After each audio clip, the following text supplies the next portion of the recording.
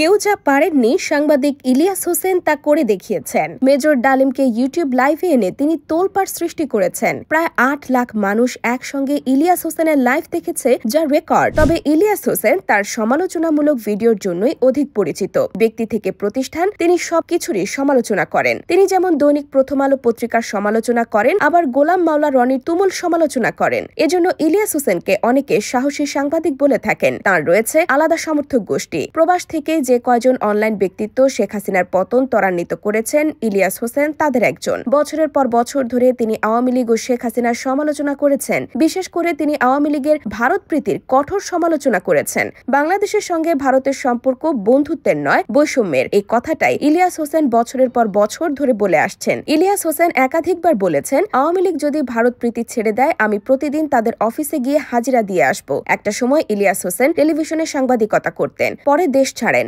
এরপর আর দেশে আসেননি। ইলিয়াস হোসেন কিভাবে সাংবাদিক হয়েছেন এবং তিনি কোথায় কিভাবে সাংবাদিকতা করতেন তা জেনে নেওয়া যাক। ইলিয়াসের জন্ম চুয়াডাঙ্গায়। ১৯৮৮ সালে এক মুসলিম পরিবারে তার জন্ম হয়। চুয়াডাঙ্গাতেই তিনি বেড়ে উঠেছেন। ছোট থেকে ইলিয়াস একজন উপস্থাপক হওয়ার স্বপ্ন দেখতেন। বিটিভির শিশু অনুষ্ঠান নতুন কুড়িতে অংশ নিয়ে তিনি বিচারকদের নজর কাড়েন। নতুন কুড়ি অনুষ্ঠানের মাধ্যমে শিশুদের প্রতিভা বিকাশের সুযোগ করে দেওয়া হতো। এই অনুষ্ঠানের মাধ্যমে তিনি নিজেকে প্রমাণ করেন। এরপর পরিণত হয়ে কর্মজীবনে প্রবেশ করেন। যেহেতু টেলিভিশনে উপস্থাপনার স্বপ্ন দেখতেন, তাই টেলিভিশনে যোগ দেন। চ্যানেল 1 এর গুড মর্নিং বাংলাদেশ নামের একটি অনুষ্ঠানের উপস্থাপক হিসেবে ইলিয়াসের ক্যারিয়ার শুরু হয়। তবে তখন তেমন পরিচিতি পাননি। এরপর তিনি ২১ টেলিভিশনে যোগ দেন এবং ২১ চোখ নামে একটি অনুষ্ঠান উপস্থাপনা শুরু করেন। এটি ছিল তার ক্যারিয়ারের টার্নিং পয়েন্ট। ২১ চোখ অনুষ্ঠানটি যেহেতু প্রচুর মানুষ দেখত, তাই এই অনুষ্ঠানের মাধ্যমে তিনি দেশব্যাপী পরিচিতি পান। বলতে গেলে রাতারাতি সাফল্যে চলে আসেন। কাজের স্বীকৃতি হিসেবে তিনি বছরের সেরা উপস্থাপক নির্বাচিত হন। তিনি জাতীয় গণমাধ্যম ইনস্টিটিউট তথা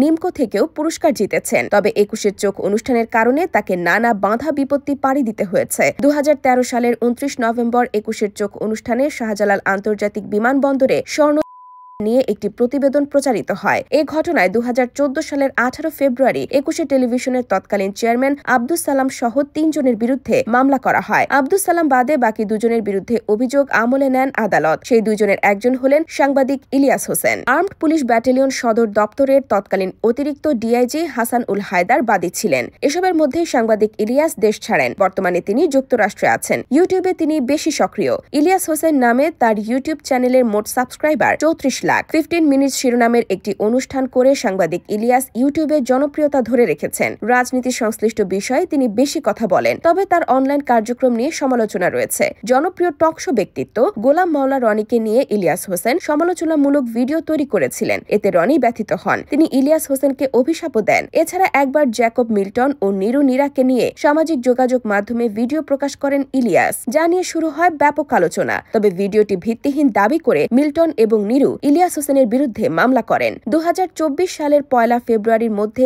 আদালতে আত্মসমর্পণ করে জামিন আবেদনের শেষ দিন ছিল ইলিয়াসের। এদিন নিউ ইয়র্কে পুলিশের কাছে আত্মসমর্পণ করে জামিন চান ইলিয়াস। পরে তাকে গ্রেফতারের গুঞ্জন তৈরি হয়েছিল। পরে জানা যায় গ্রেফতারের খবরটি ভুয়া। আওয়ামী লীগের পতনের পর অনেকে আশা করছেন ইলিয়াস হোসেন দেশে ফিরবেন, সেখান থেকেই সাংবাদিকতা করবেন যেখান থেকে তিনি শুরু করেছিলেন।